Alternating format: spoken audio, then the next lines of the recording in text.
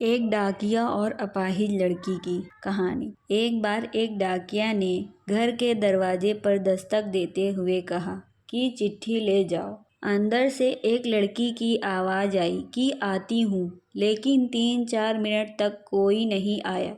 तो डाकिया ने फिर कहा, अरे मकान में कोई है या नहीं? अंदर से लड़की ने बोला कि साहब दरवाजे के नीचे से चिट्ठी अंदर डाल दीजिए, मैं आ रही हूँ। तो डाकिया ने कहा, नहीं, मैं यहीं खड़ा हूँ, कागज पर आपको दस्तखत करना होगा।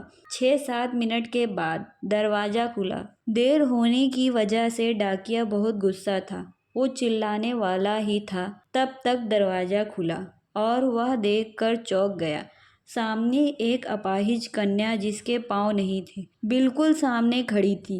डाकिया उस कन्या को पत्र देकर और उसके दस्तखत लेकर वहां से चल दिया। अगली बार से जब भी उसके घर पत्र लेकर जाता तो वह डाकिया उसके घर पर एक बार आवाज देकर चुप हो जाता, तब जब तक कि वह कन्या बाहर नहीं आ जाती।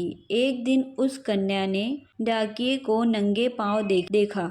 दिवाली नजदीक आ रही थी। उस कन्या ने सोचा कि डाकिया को क्या उपहार दूं। अगली बार जब डाकिया उसके घर आया तो उसके घर के दरवाजे के आगे जो मिट्टी थी उस पर डाकिया के पैरों के छाप आ गए थे, जिन्हें वह कन्या कागज पर उतार कर उसके पैरों के नाप ले लिए।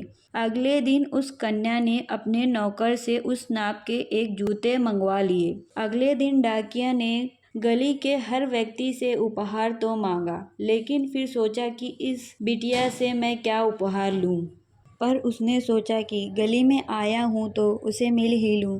उसने दरवाजा खटखटाया। अंदर से आवाज आई, कौन? तो इसने जवाब दिया, डाकिया। उस लड़की ने अपने हाथों में उस जूते को अच्छे से एक डब्बे में डालकर लाई और दरवाजा खोलते ही कहा, ये लीजिए आपका दिवाली का उपहार। आपको यह तोहफा मेरी तरफ से भेंट है। डाकिया ने कहा कि तुम तो मेरे लिए बेटी के समान हो, तुमसे मैं उपहार कैसे ले सकता हूँ। कन्या ने आग्रह किया कि मेरे इस उपहार के लिए मना ना करें।